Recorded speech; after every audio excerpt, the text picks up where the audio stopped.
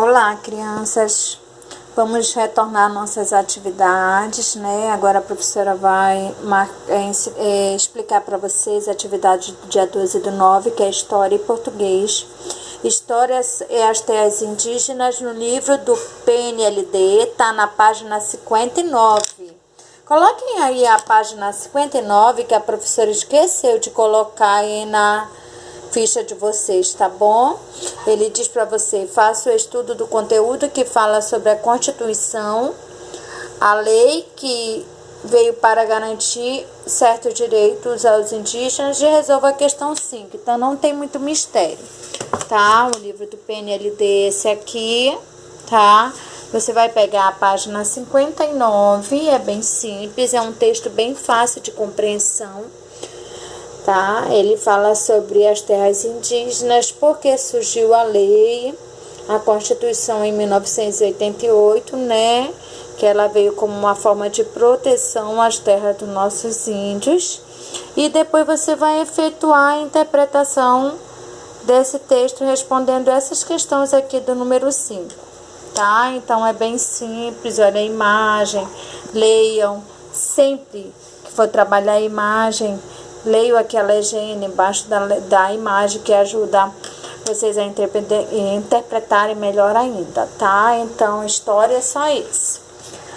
Depois, nós vamos trabalhar português, gênero textual, mito, característica do gênero, origem, as palavras e sinônimo. Esse aqui já é um pouquinho mais... assim que precisa de mais atenção, né? Nós vamos trabalhar esse texto aqui, muito legal o texto. É a Árvore da Vitalidade Guaraná. Ele diz assim, ó, no cronograma. Leitura do texto Árvore da Vitalidade Guaraná. Interpretação do texto na página 90 e 91, tá? E resolução das questões 1 a 8. Então, você vai ver aqui, vai ler aqui o texto. O texto fala sobre o Aquiri, tá? Que ele é um índiozinho. Só que esse índio, ele nasceu com uma característica, tá? Eu não vou falar sobre o texto, porque senão não vai ter graça depois quando você ler, que você já vai saber que a professora já deu uns spoilers, né? Então, você vai ler o texto, vai efetuar a interpretação aqui na página 90 e 91, tá? Essa é só leitura mesmo, interpretação sobre o que você entendeu. Aqui fala sobre o que é mito, que são narrativas transmitidas oralmente pelas pessoas com o propósito de explicar a origem das coisas. Essas narrativas, geralmente, elas misturam histórias reais e imaginárias, fantasias e fatos históricos. E à medida que vão sendo contadas ao longo do tempo, elas modificam-se, ganham novos detalhes criados intencionalmente ou não por quem a conta. Por que ele fala intencionalmente ou não? Geralmente os mitos a gente conhece porque são histórias passadas de geração em geração, né? E ele fala que é intencionalmente porque quando você ouve uma história, geralmente quando você vai contar para outra pessoa, você sempre coloca um detalhe a mais, ou então você tira um detalhe. Então, quando essa pessoa ela vai contar para alguém, ela já coloca já a ideia do que ela compreendeu, né? A gente tem essa mania de falar sobre a nossa própria compreensão sobre o que a gente ouve. Por isso que ele fala que são detalhes criados intencionalmente ou não, tá? Então, aqui só é interpretação. Tenham cuidado quando vocês forem fazer essa questão número 7 aqui, tá? Porque diz assim: as expressões destacadas nos trechos a seguir apresentam a mesma ideia. Identifique essa ideia no quadro abaixo e circule-a. Aqui, a certa feita, o menino dos olhos lindos distraiu-se na colheita das frutas. Letra B. Mal o sol raiou, os homens saíram pela mata fora em busca do menino.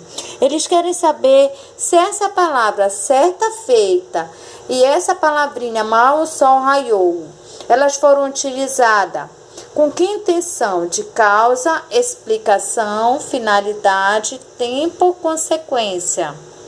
Né? Se você parar para analisar aqui, ó, mal o sol raiou, os homens, ele tá falando o quê?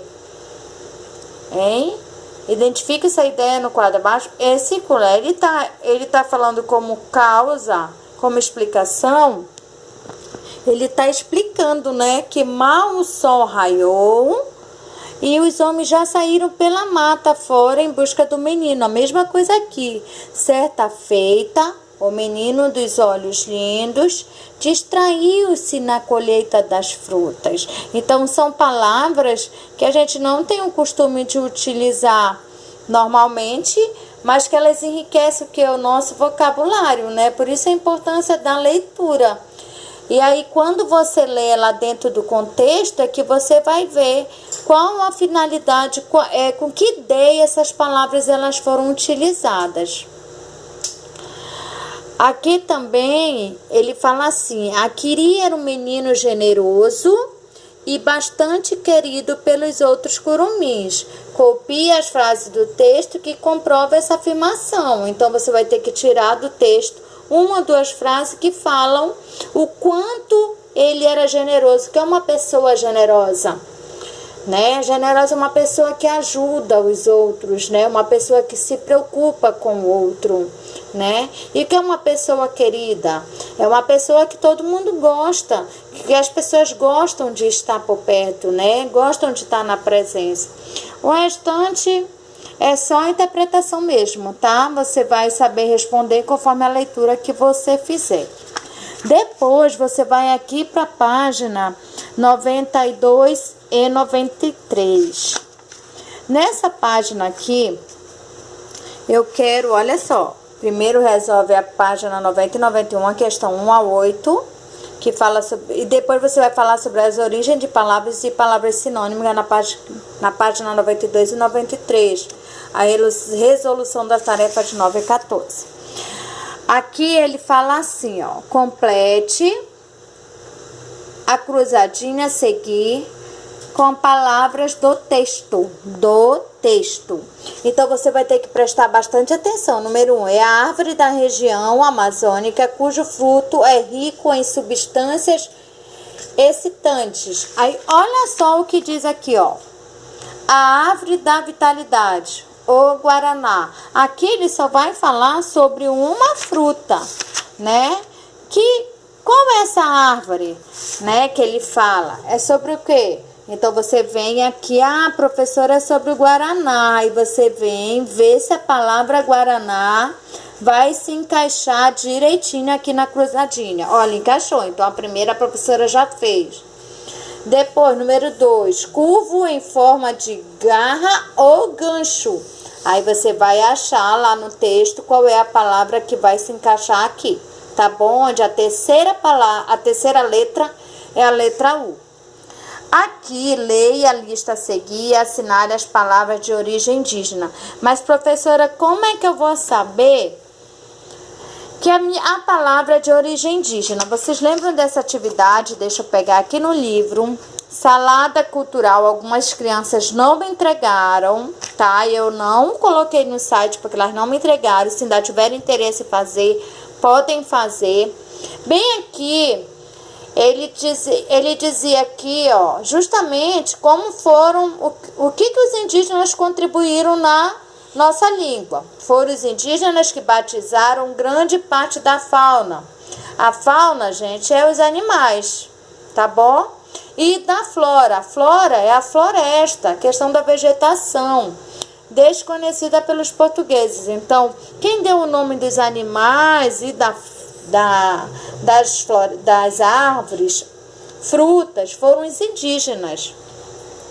Por que foram eles, professora? Porque os portugueses, quando chegaram aqui, eles não conheciam. Então, quando eles viram os indígenas falando o nome, eles começaram a se habitualizar e não trocar o nome, né? Porque aquela fruta, aquela árvore, aquele animal, eles já tinham um nome dado por eles.